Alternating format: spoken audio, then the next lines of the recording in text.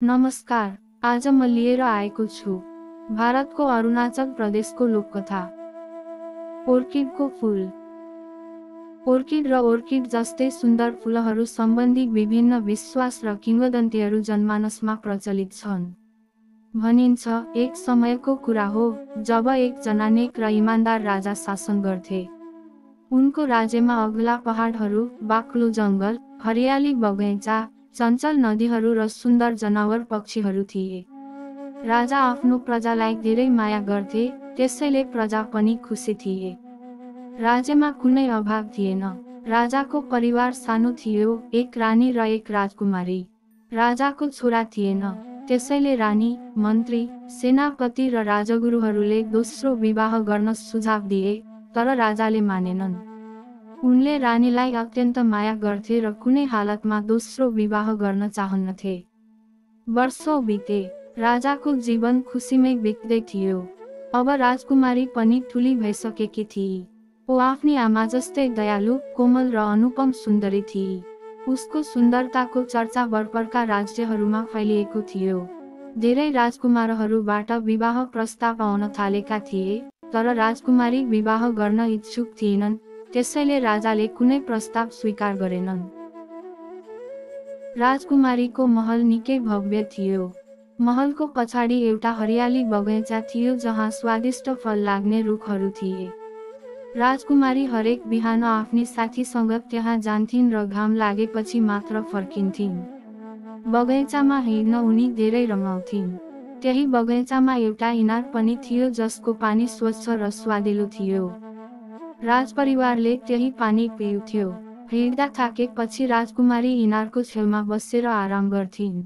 एक दिन बिहानको समय थियो। राजकुमारी आफ्नी साथीसँग बगैँचामा घुमिरहेकी थिइन्। अचानक दुर्गन्ध महसुस गरिन् र इनारको छेउमा गएर बसिन्। त्यहाँ पुगेपछि उनी अचेत भइन्।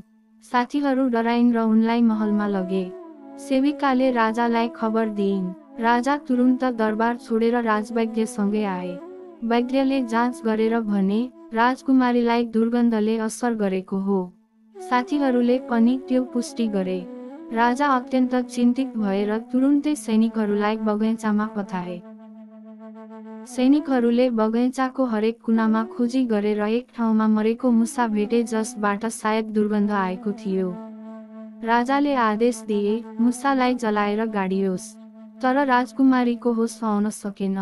हप्तौं बिते। राजवैद्य र अन्य वैद्यहरूले जति औषधि दिए पनि असर भएन।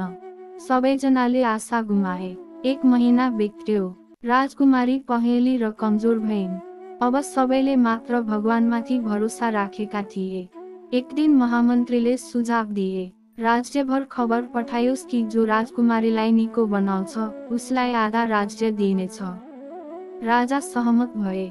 यो खबर फैलिनासाथ धेरै वैद्यहरू आए, औषधि दिए, तर कसैको असर भएन। 15 दिनपछि बिहान एक सेवक आयो। एक अपरिचित युवक आएको छ, जो भन्छ कि यो राजकुमारीलाई ठिक पार्न सक्छ। राजाले सम्मान साथ भित्र ल्याउन आदेश दिए। युवक राजकुमार जस्तै सुन्दर र आत्मविश्वासी देखिन्थ्यो। साथीहरूले सम्पूर्ण घटना सुनाए। युवकले राजकुमारीलाई बगैँचामा लैजान भने। राजकुमारीलाई बगैँचामा एक रुखमुनि राखिएको बिस्तारामा राखियो। युवकले आँखा बन्द गरेर प्रार्थना गरे अनि बाँसुरी बजाउन थाले। बाँसुरीको धुन अत्यन्त मोहक थियो। अचानक चमत्कार भयो। राजकुमारीमाथि रहेका रुखमा सुगन्धित फूलहरू फुल्न थाले र फूलहरू राजकुमारीमाथि झर्न थाले। युवक जहाँ जान्थ्यो त्यहाँ रुखहरू फुल्थे। त्यो बेला राजकुमारीलाई होस आयो। सबै मानिस खुसी भए, तर जब उनीहरू युवकलाई धन्यवाद दिन खोजे, ऊ गइसकेको थियो। अर्को दिनदेखि राज्यभर रुखहरूमा रङ्गीबिरङ्गी फूलहरू फुले, वातावरण सुवासित भयो।